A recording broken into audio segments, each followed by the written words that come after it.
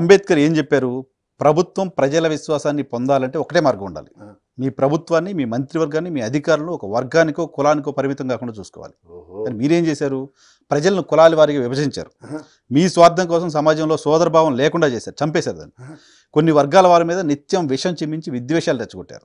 ఓ సామాజిక వర్గానికి ప్రతి చోట పెద్దపీట వేశారు.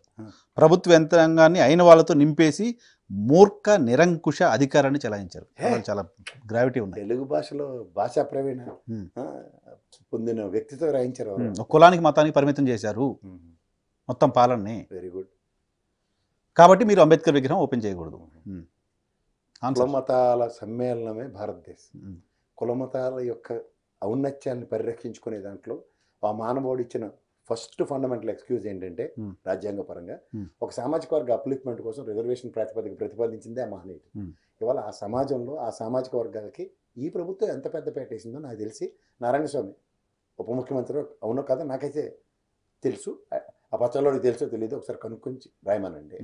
అలా సముచిత స్థానాలు ఇచ్చుకుంటున్న దాంట్లో ఎంతమంది ఆ సామాజిక వర్గాలకి ఈయన చెప్పిన ఎన్ని కార్పొరేషన్స్ ఇవాళ ఉన్నాయి, వాళ్ళకి ఎంత కాదు సార్. మళ్ళీ మీరు అడిపోతున్నారు, ఇచ్చారా లేదా చర్చ వద్దు అంటే అలా చేశారు కాబట్టి విగ్రహాన్ని చేయొద్దు అంటే ఎట్లా అంటున్నా నేను? దానికి రిలేషన్ ఉందా ఏమన్నా అనేది ఉంటుంది. ఇప్పుడు సార్ నేను కలెక్టర్ ఉద్యోగం ఉన్న పెట్టాలి సార్.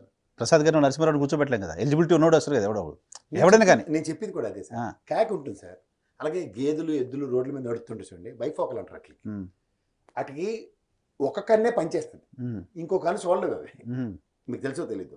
కాకి కూడా ఒక పక్క చూస్తుంది, ఇటు పక్క చూస్తే ఉదాహరణకి సముద్రం ఒడ్డున నిలబడి చూసిన రెండు ఒకేసారి కనబడు. ఈ కన్నుతో చూసింది అనుకోండి, ఏదో మీరు అట్లా నాటో నలుగురు కనబడతాం.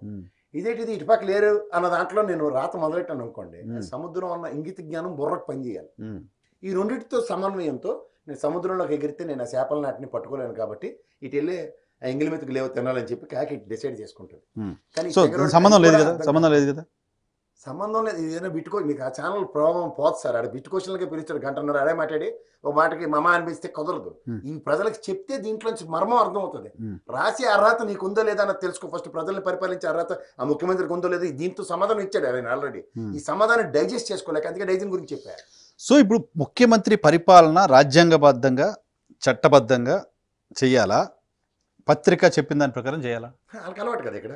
ఈ భగవన్ వాళ్ళు చెప్పింది నడుచుకుంటు పార్టీ ఆ పత్రిక ఏం చెప్తుందంటే రాజ్యాంగబద్ధంగా చేయట్లేదు, చట్టబద్ధంగా చేయట్లేదు అని చెప్తోంది. సరే మీకు మాట చెప్పనా, ఓ ముఖ్యమంత్రి గారు ఫ్లోర్ ఆఫ్ ద హౌస్ లోనే సాక్షి అన్నాడు. అంటే పత్రికలు నేను నమ్మను, నా పత్రిక I won't give a damn for it అని చెప్పాడు.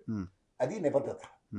మీకు అర్థమవుతుందా? కానీ ఇది రాసిందే వేదం, ఇది రాసిందే పంచాంగం, ఇది రాసిందే భగవద్గీత అనుకుంటే 9th 1 అంబేద్కర్ ఏం చెప్పారు? ప్రజల స్వేచ్ఛను రక్షించాలి.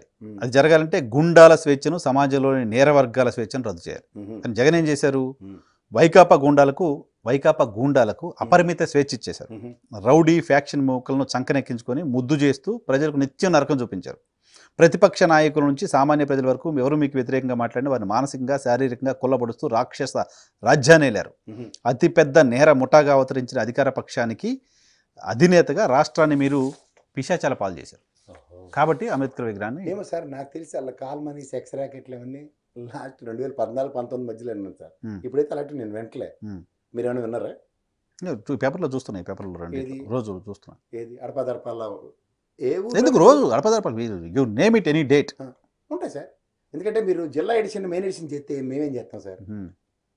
స్థానికంగా నాయకులు చేయవలసిన పోరాటాలు మా పవన్ కళ్యాణ్ గారు, చంద్రబాబు ఇట్లా చేస్తున్నారు అనేది రోజు ఈ పేపర్లో చూస్తున్నాను. అలాగే సార్, స్థానికంగా చేసే నాయకులు నిరంతరం అక్కడ జరిగిన దాష్టికాయలకి వాటికి వాళ్ళు ప్రతిస్పందిస్తూ స్థానికంగా చేసే పనులు సర్వసాధారణం.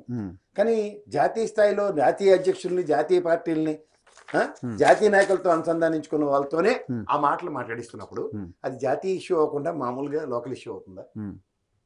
Got it. సో అట్లా జోనల్ వ్యవస్థ కింద పేపర్లు విభజించారు కాబట్టి జోనల్ వ్యవస్థలన్నింటినీ క్రోడీకరించి మీరు పెద్ద మనిషిగా, మీరు రౌడీ మూకల నాయకుడిగా మీరు మారిపోయారు. కాబట్టి మీరు అంబేద్కర్ విగ్రహాన్ని ఆవిష్కరించొద్దు అని చెప్తున్నారు. మీకు అర్హత లేదు అని చెప్తున్నారు. ఇంతకుముందేమో పోలీసులే వైకాపా కండవాలు వేసుకున్నారో ఏదో ఉండే. ఇప్పుడు అది కాకుండా వైసీపీకి సంబంధించిన రౌడీ షీటర్లకి మీరు ముఠా నాయకుడిగా ఉన్నారు కాబట్టి మీరు అంబేద్కర్ విగ్రహం. ప్రాబ్లం ఏంటంటే సార్, జగన్మోహన్ రెడ్డి గారు ముఖ్యమంత్రి కాకపోయినప్పుడు నాకు పోలీస్ వ్యవస్థ మీద నమ్మకం లేదని చెప్పి వైజాగ్ నుంచి హైదరాబాద్ పారొచ్చిండు ఆయన. మీకు జ్ఞాపకం ఉందా? సో పోలీస్ వ్యవస్థ ఏం చేస్తుంది, వాళ్ళు చెప్తూ చాటుకోవాలి ఇప్పుడున్న ముఖ్యమంత్రికి, మా మీద నమ్మకం కలిగించుకోండి సార్, నేను పని చేస్తున్నాం అని. That's what they're doing their duty. So దాంట్లో ఆయనకి ఏమవుతుంది, గతంలో ఆయనకి నమ్మకం లేనివాడికి మీరు ఎందుకు పని చేస్తున్నారని కడుపుమాట. మీరు గమనించండి కావాలంటే జగన్మోహన్ రెడ్డి గారి స్టేట్మెంట్ మీకు గ్యాప్ ఉందా? అవును, ఇప్పుడు ఎన్ఐఏ పోలీస్ వ్యవస్థ మీద నాకు నమ్మకం లేదు ఎన్ఐఏ అని చేసింది. వచ్చినప్పుడు వాళ్ళ నమ్మకాన్ని చూరగొనడానికి వాళ్ళు ప్రయత్నించక్కర్లేదు, అది చేస్తున్నారు వాళ్ళు. అది వీళ్ళకి నచ్చుతుందా? అరే నమ్మనప్పుడు మీరెందుకు నమ్మకం కలిగి ఇలా చేస్తున్నారని చెప్పినప్పుడు అవతల మనిషిని అంటే తోలు తీసేస్తారు. మరి అప్పుడు ఇప్పుడు ఈయన సొంత పోలీసులు బాగా పనిచేస్తున్నారు అనుకున్నప్పుడు ఆ కేసులో ఆయన